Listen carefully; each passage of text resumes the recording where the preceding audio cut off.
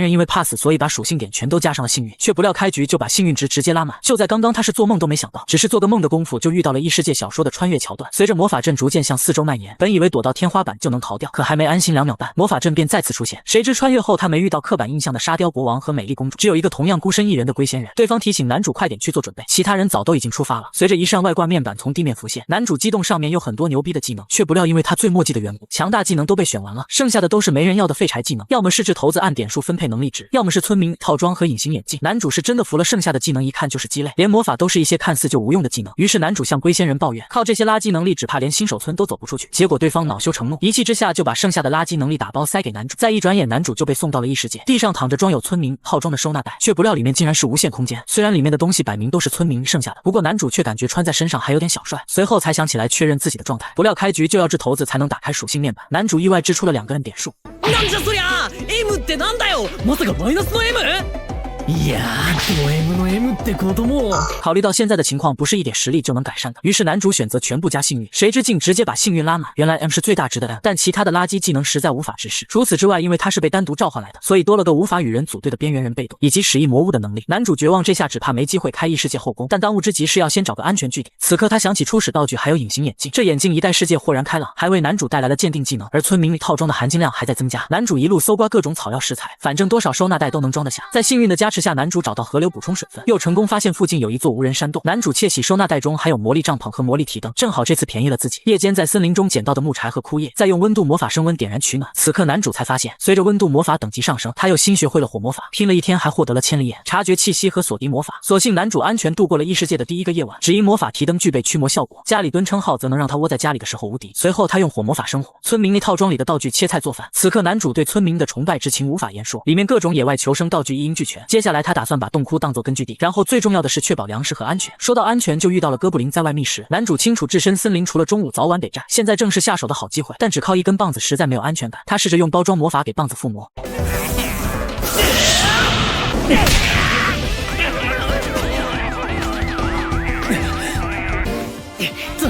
もう一匹。攻撃は単調、動きが読める。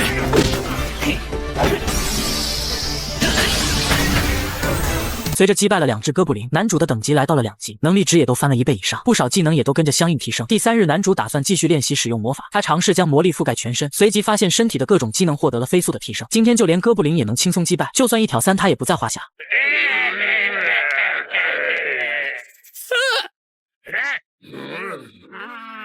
まあ、今はやめといてあげるが、帰って魔法の研究と。在这之后，男主晚上则研究魔法做实验，白天打哥布林练级。来到异世界的第5天，男主已经可以一击秒杀哥布林，山洞布置也获得了大加强。正当他觉得异世界生活即将步入正轨之时，晚上男主就探知到同学们的气息，还是他最不想遇到的不良少年。然而不仅如此，男主发动千里眼，还看到了辣妹团体、肌肉笨蛋团体以及阿宅团体全都朝他这个方向接近。最让他在意的是班长也在附近，毕竟班长和他从小就认识。虽然他清楚在这个危险的世界，有同伴才能更好的生存，但男主的中二之魂却猛然爆发。这种孤身一人的孤高感，不会被任何人干涉的自在生活，才是他梦寐以求的状态。比起组队，还是一个人攻略异世界才更爽。男人做梦都没想到，自己好好睡觉时，外面竟传来阵阵声响，这也使他不得不前去查看。不看不要紧，居然是那群死宅在与哥布林们战斗。最终男主不仅出手相助，而且还带他们回到自己的住所。原来就在不久前，男主正在自我陶醉时，突然感知到有人在向他这边靠近，于是他便迅速地躲进了草堆中，却不料有一人竟径直走了过来，这也让男主不禁冒出冷汗。就在他即将发现男主时，突然一只兔子窜了出来，这也让男主躲过一劫。虽然男主不想与不良少年们扯上关系，但由于好奇心使然，他就躲在一旁偷听他们在说什么，也都在男主的意料之中。他们一直在开班级里美少女们的黄腔，而男主却丝毫不担心。他知道班长一定会制止这些不良少年，毕竟他从小就是擅长管教问题儿童的超级班长。接着男主也发现了他们在密谋着什么。画面一转，男主回到住所后，惊奇地发现自己的边缘人技能竟然升级了，可他的等级依旧是3。他也猜测造成技能升级的原因，应该就是一事无成和木头人造成的。一事无成的作用就是无法集中做一件事，不过做什么事情都能表现得不错。但木头人则是纯纯的废物技能，由于兔子没抓到，所以男主依旧只能以蘑菇冲击。时间来到第7天的夜晚，男主也早早已经上床休息，可外面却一直有打斗的声音。他原以为是不良少年在搞鬼，却不料是那群死宅在与哥布林们战斗。男主也看出他们应对的非常吃力，他也在犹豫是否要帮忙。考虑再三后，他决定先鉴定一下他们。不曾想他们都是等级16的人，并且个个都拥有属于自己的职业。于是男主也准备离开，却不料气息感知突然起了反应，居然是2只哥布林准备搞偷袭。もうしょうがねえ。スノボアタック。おーい、オタくんな。生きてるか？はるかくん？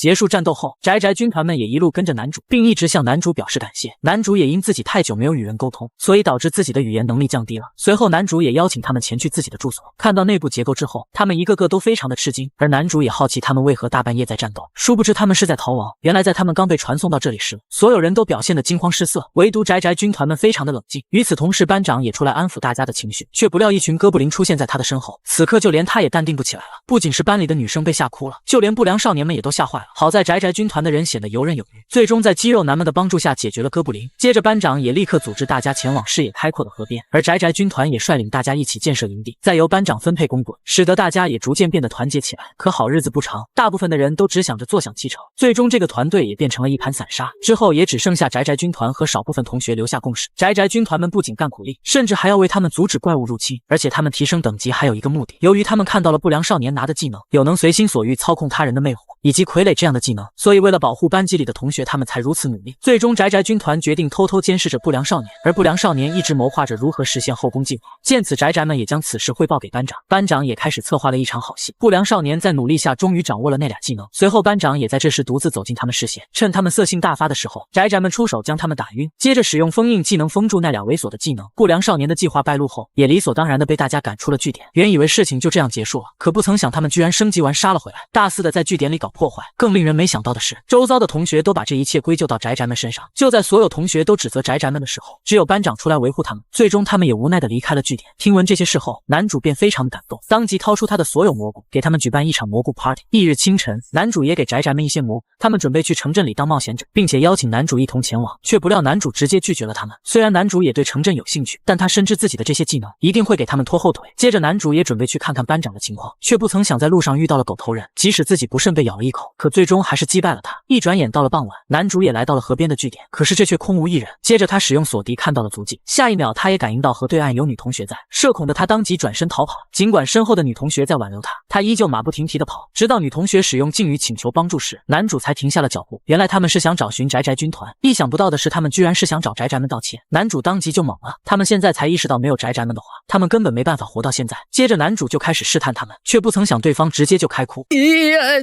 どうしちゃったのかな？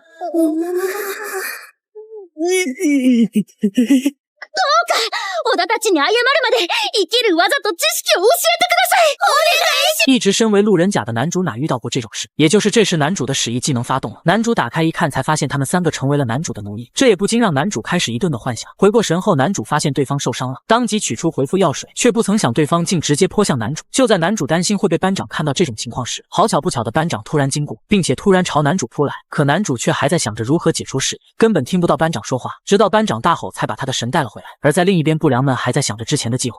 まずは邪魔な連中を片付けるか。人做梦都没想到，自己闲来无事打造的房子，却让他有了意外之喜。不仅班上的女同学都借宿于此，甚至一进屋就迫不及待地脱去衣服，冲进浴室泡澡。可他却独自一人出来住帐篷，这一切都得从头说起。男主还在思考为解除这三个辣妹的使役技能时，不料青梅竹马的班长出现了。接着男主就与其聊了起来，却不料班长身后还跟着一堆女生。好巧不巧的，他也发现了那三个辣妹，男主也只能从实招来，表示他们被自己使役了。当即班长就醋意大起，怀疑男主有问题，于是全体女生都开始质疑男主。这么多双冷冰冰的目光注视，让男主感觉被冰冻了一样。随即男主就准备开溜，可没弄清楚事情，班长怎会让他离开？接着他便开始询问当事人的辣妹。经过班长不懈的努力，辣妹也清醒了过来，通过辣妹导齐的解释，从而解除了男主的误会。随后女生们就开始了会议，而男主再次沦落成了边缘人。不过这一切他都已经习惯了，但迫于无聊，他准备练习一下魔法，看看能不能再给家里建个地下室。を研ぎ澄まして集中すれば。もう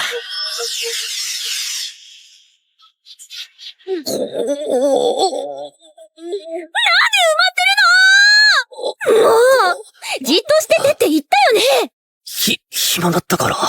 隙間に挟まる猫でもあるまいし。让男主没想到的是，班长突然给男主扣帽子，强加个男主是来帮他们的名头，不给男主解释的机会，直接表达谢意。身为单身狗的男主哪见过这种场面，随即打算离开这里。可辣妹们怎会让男主离开？班长这时询问男主打算回哪里，男主毫不犹豫回答当然是回家了。顿时班长就露出了不可置信的表情，男主居然在异世界也有家，而男主却表示只是闲着没事见的，瞬间就让女同学们都很羡慕。下一秒他们又开始了小会议，在得知男主家里能容下240人以上，并且还有家具和浴室后，同学们都鼓舞着班长，于是班长鼓起勇气希望男主收留他们。这一请求也震惊男主2秒半，一瞬间种种不可描述的画面充斥着他的脑海，男主也开始想入非非。随后他带着一群女同学回家，看到眼前富丽堂皇的景象，他们眼睛都发直了，都开始怀疑自己是不是做梦了。这也让男主骄傲地开始介绍这里，可他们却只管脱光衣服直奔浴室，仅仅一瞬他们便都泡进了浴缸中，任凭男主如何阻止都无济于事。画面一转，男主出来住帐篷，虽然这种场景非常刺激，但是他终究接受不了跟一群女高同居一室。突然班长走了过来，他是来向男主表达谢意的，毕竟自从宅宅们离开后，所有男生也都相继离开，搞得剩下的人都历历不安。好在现在有豪华的房间以及浴室和料理，使得大家犹如重获新生一般。接着班长也开始自责，表示自己无法向宅宅们照顾好同学们，男主则安慰他不要拿宅宅们比，他们可是随时准备被异世界召唤的人啊。这一番话也让班长豁然开朗。接着女同学们也都睡下，而男主终究还是控制不住自己的想法，准备干点什么再睡。翌日清晨，男主被一个声音叫醒，居然是一个紫发妹子喊他吃早饭。男主还迷迷糊糊搞不清楚状况时，却不料对方径直朝他爬来。见状，男主当即表示自己还想再睡一会，可对方却突然贴了上来，柔情蜜语了起来。男主立刻转移话题，询问早餐是什么。听到有烤鱼后，男主激动的一头撞到了对方。接着班长迅速来安慰紫发妹，没想到男主竟然不管不顾，只想着吃烤鱼，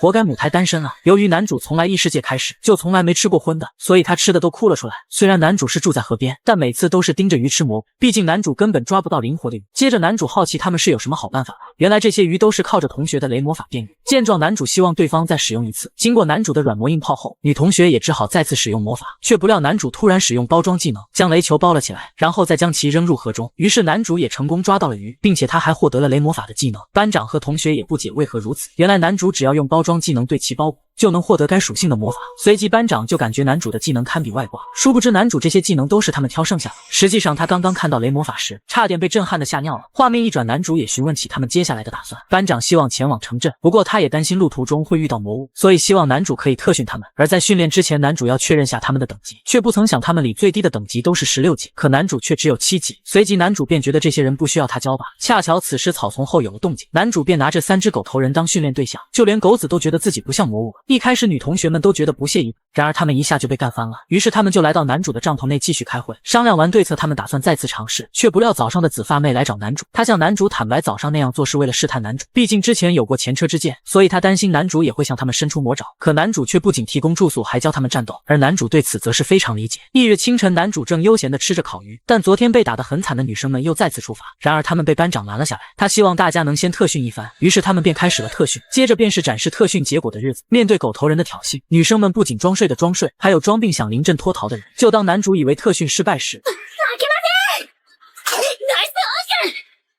私は小田たちに謝り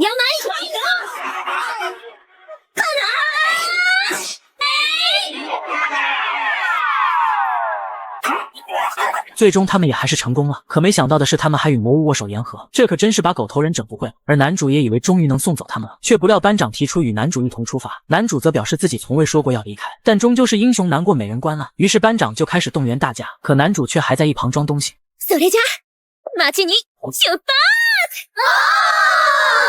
楽しみ！選択したいよ！行くかね？委員長、何？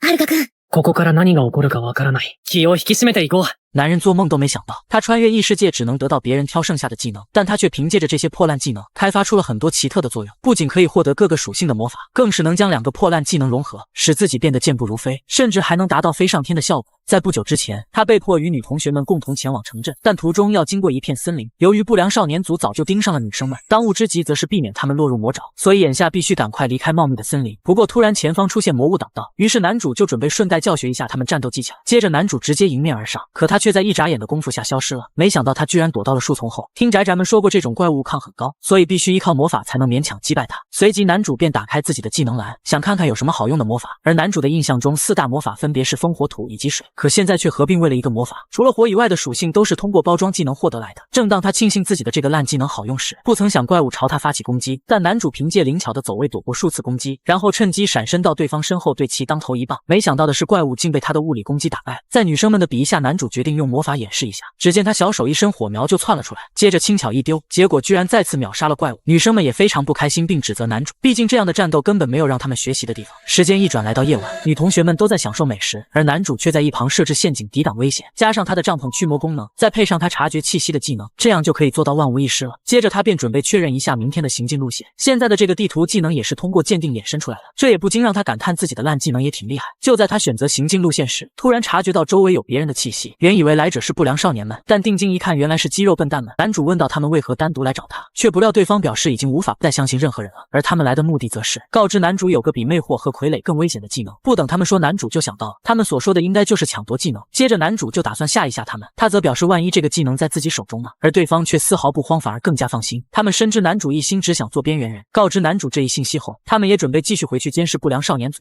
殊不知这一切都被远在一旁的班长听到了。翌日清晨，男主让大家准备好家伙时继续赶路。正当男主准备先去探路时，却被班长叫住了。班长扭扭捏捏的半天说不出来，而男主直截了当的就说出抢夺技能是在对方手里吧。可这件事明明就只有宅宅们跟班长自己知道。他也不解男主既然知道这件事，为什么还要帮他？毕竟他这个技能可以通过击杀他人，然后将其技能夺走的效果，可以说是非常可怕的外挂技能啊。却不料男主根本不害怕，而宅宅们只封印了不良组的傀儡和魅惑，却没有封印班长的抢夺，就代表大家知道持有者是班长，大家伙都非常的放心。男主的这一番话也给班长整个春心荡漾，吓得男主当即就跑路了。画面一转，男主看到前方有一条河滩，于是他便想试试自己的新技能。首先他施展魔力禅技能，接着再用称重魔法将身体变轻。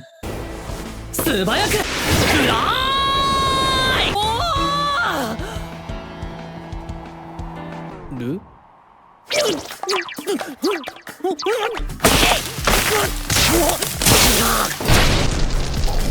好在有魔力禅强化身体，不然的话这么高掉下来必死无疑。也多亏昨天有侦查路线，所以第二天行进的非常顺利。虽然在半路遇到了走丢的小孩，还有女同学们途中玩水以及怪物的侵袭，但他们费尽千辛万苦终于走出了森林。可即便这里的视野非常好，但男主也不准备松懈警戒。突然男主发现自己多了一个技能空步，他原想试一试这个新技能，却没想到能一路往天上走，在这么高的地方就不会有任何的视线遮挡了。观望了1周后，男主发现远处有本地人被怪物袭击，不曾想班长提出要前去解救他们，可男主却担心他们不一定会是好人，他则是不希望冒这个险，但班长却抓住了男主的手。不管怎么样，班长都希望救助对方。眼见拗不过班长，男主便决定自己独自前去帮忙。由于路程有点距离，他不得不再次使用昨天的组合技，接着再使用风魔法施加于脚底。空中歩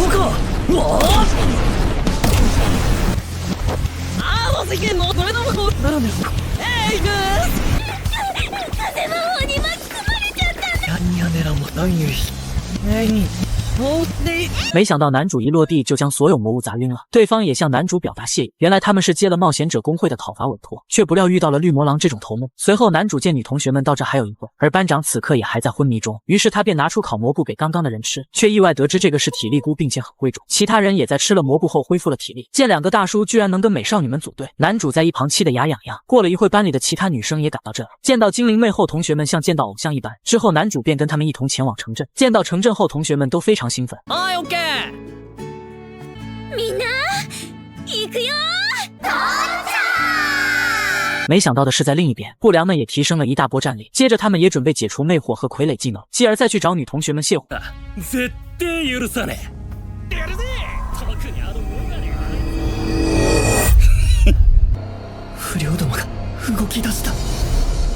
男人做梦都没想到，他辛辛苦苦带着同学们来到城镇，可当去注册成为冒险者时，才发现注册条件需要达到10级。然而就连受他照顾的女同学都已达到30级以上，而他却仅仅只有9级，并且想成为冒险者还需要组队。但他边缘人的技能终究只能一个人，这也意味着他无法成为冒险者。原来就在刚刚来到城镇奥姆一后，女同学们都像是第一次进城的土包子一样，每个人都管自己去东逛西逛，根本不听班长的安排。接着班长还希望男主帮忙劝阻他们，却不料男主此时也在悠闲的享受。见状，班长也不得不使用绝招了。随着他的哨声一起，同学们也都纷纷乖乖集合。于是班长就开始介绍他的行程规划。首先是前往冒险者公会，然后将打怪得来的东西换成钱，之后再注册成冒险者，接着就可以去旅店休息了，而且还能顺便打听一下宅宅们的消息。随后他们也抵达了冒险者公会，映入眼帘的都是一群凶悍的大叔。但突然公会会长让人来找男主，于是男主便紧张的前往2楼。看到会长凶神恶煞的，男主也不禁打寒战，却不曾想对方突然神情一变，感谢男主救了他的部下。随后男主便准备去将魔石卖了。男主见柜台太小，就询问该放在哪，而柜台小姐还不知道事情的严重性，就直接让男主将魔石放柜台上。下一秒男主就将柜台堆满了。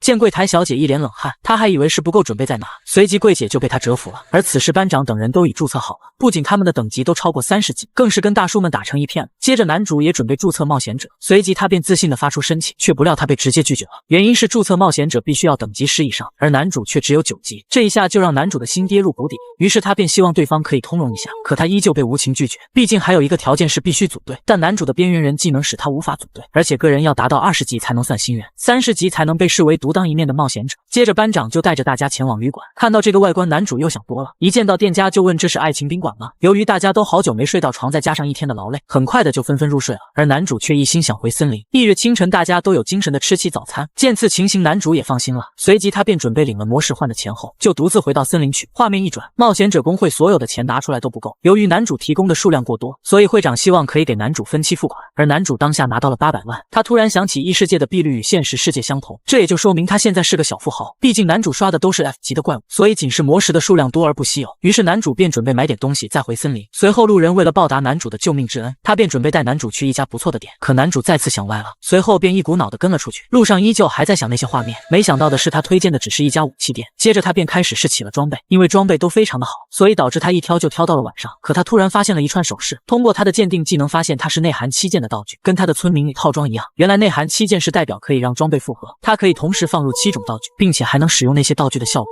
却不曾想突然班长出现喊他回去，吓得他手一抖将道具复合了进去，而这些物品加起来至少要1000万。要知道男主全身上下只有800万而已，经过好说歹说后，最终还是以800万的价格买了下来。随后他考虑到自己没有成为冒险者，也就意味着他出不去这个城镇，就算他想混在女生中出去，那也一定会被班长抓回来。于是他便用隐形斗篷将自己隐身，随后打开遮蔽气息和隐匿的技能，一路蹑手蹑脚的走出去。就当他跑到城门口准备飞出城墙时，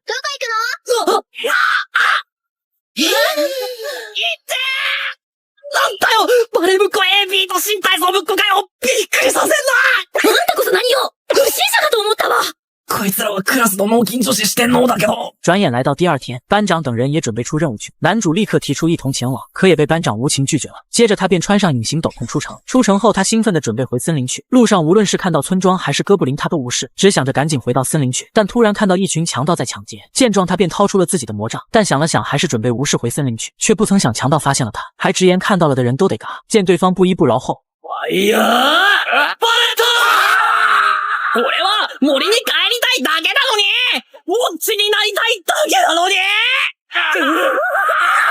随后男主好言相劝让他们从良，可对方才不以为然，以为男主是法师职业，当即他们便冲上来打算近战。可哪曾想男主轻松应对，他们也纳闷男主是什么职业，但男主却告诉他们没有任何职业，并将自己的状态栏打开给他们看。看到男主只是9级的渣渣后，他们就准备用武器技能对付男主。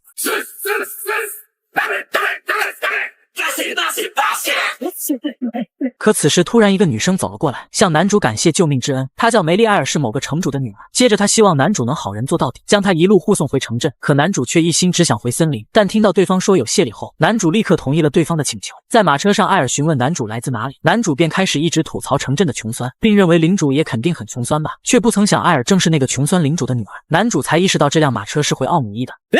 下ろしてすぐ下ろしてダメですちゃんとおもてなしを受けていただかないとしょぼい町ではないと証明してみせますやめ而在另一边，肌肉团拦下了不良们，他们不让不良们去干扰女生们，可没想到不良们直接对他们动手。男人做梦都没想到，自己因祸得福拿到了身份证，终于可以大摇大摆地走出城门了。正当他准备回自己在森林建的屋子时，却不曾想发现了奄奄一息的肌肉组。好在男主及时使用恢复药水，将他们几人救了下来。原来就在刚刚，男主因途中救下了领主女儿艾尔红，随即便被其带回了城堡。虽然府邸非常的宽敞和豪华，但他还是准备赶紧回森林去，却不料被艾尔拦了下来。随后艾尔就带男主开始用餐，并对男主表达谢意。哪曾想男主直接胡吃海喝了起来，根本就没有听艾尔说话。但艾尔居然忍气吞声，甚至还给了男主一袋钱，更是知道男主没有身份证，所以他便给男主准备了一张身份证。この町のおぬいの名も刻んであります。すげえ。これがあれば自由に町を出入りできます。かけ身分も保証されます。ぜひ町の名前も覚えてくださいね。お、このデザートもうまそう。やっぱり私の話を聞いてくれない？翌日清晨，男主回到住所后就被班长等人围得水泄不通，竟只是为了质问男主昨晚到底去哪。接着班长等人也着急去执行任务，男主也冲愣送走他们，这样他就能偷偷回森林去了。随后他便留下一张纸条，然后就独自出城去了。路上遇到熟悉的蘑菇、小鱼以及哥布林等，这都让男主非常兴奋，迫不及待的就想赶紧回家去。但突然背后出现一只怪物，男主顺势就回手一击将其击败。可这种怪物明明只会出现在更深处才。检查了一下自己的属性后，男主便继续开始往家里走，却不曾想在路上看到了血迹，瞬间一股紧张感油然而生。他认为这一定不会是宅男，毕竟他们都是异世界的专家，那么一定就是肌肉组或者不良组。他们曾说过为了保护女生们要去监视不良组，随即男主便开启了锁敌技能，担心他们发生冲突，于是男主便飞快地顺着血迹跑去。下一秒他便看到了奄奄一息的肌肉组，眼见他们还剩一口气，当即男主便拿出了所有的恢复药水，发了疯似的使用起来。好在皇天不负有心人，世奇醒了过来，却不曾想他醒来的第一件事就是关心男主以及班上的女同学们，还自责是他们没有做好。接着世奇也将事情的缘由告知男主，是班上的同学将不良组都杀了，就连他们一群人都打不过对方，他们猜测这一切都是对方设计好的。不过他们也知道了对方的目的，他们在与其战斗时意外得知对方的目标是班长，而对方也是故意把他们打得半死，就是为了用他们的呼救来引来班长。但肌肉组们也不傻，他们反其道而行之，来到了男主的家附近，目的则是希望能与男主联手干掉对方。可男主却根本不想战斗，只想好好的做一个边缘人而已。但为了保护班长等人，他也决定参加战斗，只不过他要独自一人战斗。这一举动让肌肉组们非常震惊，然而看到男主那坚定的表情后，他们也知道男主一定有自己的想法。お前らの仕事は町に行って、委員長たちにバカでごめんっていうことだ。なんだそれ。いいから早く行け。実習。あるか。あとは任せたぞ。而男主这么做的原因，则是担心全军覆没，毕竟有他们保护女生们，男主也放心。随即，男主也打算在短时间内迅速提升自己。与此同时，班长等人正在四处寻找男主，但同学们都让班长不要担心，于是班长也只好作罢。而此时，男主也在策划方案，从肌肉组那得知对方有外挂武器技能，虽然武器技能非常强大，但是只要一发动就无法取消，这也会让对方露出很大的破绽。为了对抗那个家伙，男主也必须得创造出能克制的新技能才行。却不曾想，一旁的哥布林引起了男主的注意。此时，他也看出了这些哥布林等级挺高的，可眼下必须得解决他们才行。仅仅3下5除2的时间，男主就将他们尽数消灭。突然，男主也察觉到了什么，居然是一只哥布林王。不过这也正合男主的意，对方二话不说的就朝男主攻击。好在男主有回避斗篷，及时躲开了攻击。可对方继续穷追不舍的攻击，即便男主现在可以勉强躲避，但他也无法与其过招。随即他也准备试试新招，接着他用魔力缠绕将所有技能组合到一起，然后在一瞬间使出打败了怪物。就当他放松警惕时，突然身后出现一只怪物，定睛一看，居然是50级的哥布林皇帝。要知道男主才只有9级啊，想要正面交锋根本没有胜算。于是他便准备故技重施一次。様々なバッドスキルを組み合わせた拒絶のスキル。自分で作り上げた技も習得できるみたいだ。一瞬に全てをかけ。一歩踏み出すと同時に最速で振り切れ。却不料对方毫发无伤地站了起来，接着以超快的速度划伤了男主，并开始疯狂攻击男主。见状，男主趁机朝其偷袭。好消息是这次攻击造成了伤害，而坏消息是对方居然还能恢復。随即男主便打算释放技能，不曾想对方先发制人，打了男主一个出其不意。虽然眼下的情况非常不乐观，但男主可不能在此刻倒下。脳筋バカたちほどボロボロになってないんだから。男主也凭借这一战终于升级了。回到家里休整后，男主发现自己不仅升到了11级，而且还如愿以偿的学会了新技能。他也终于理解了一事无成的效果。虽然等级上升速度会变慢，但学习技能的难度降低，并且技能等级也比较容易提升。即便眼下的自己还无法跟那个家伙相比，可男主也学会了自己想学的技能，终于能解决发动技能的前摇了。这也让男主更加确信自己能战胜对方。临近傍晚，男主也终于等到了那个家伙。他则是男主的同学田中，可他之前还是被不良们欺负的对象，但谁都没想到，这一切都是他故意策划的。与此同时，班长等人近期也一直在练等，他们也非常担心男主。而在回去的途中，他们发现了什么？原以为是可疑人员，可仔细一看，原来是士气等人。关心完对方的伤势后，班长立刻转变态度，询问起了男主，但他环顾一周，没发现男主的身影。于是士气也将男主独自在战斗的事说了出来。而此时田中也发现自己被肌肉组们摆了一道，原想靠着他们去找班长，结果却来到了男主这边。随即他也骄傲地将自己的计划全盘托出，没想到控制不良组搞垮全班的人就是他，甚至他将其他的男同学都杀了。接着他也准备离开去找抢夺技能，他不想浪费时间在男主身上，毕竟男主挑的都是别人剩下的烂技能。可男主怎会让他离开？一人ぼっちの君には関係ないだろ。ぼっちにだって守るものはあんだよ。だったら、君も殺してあげるよ。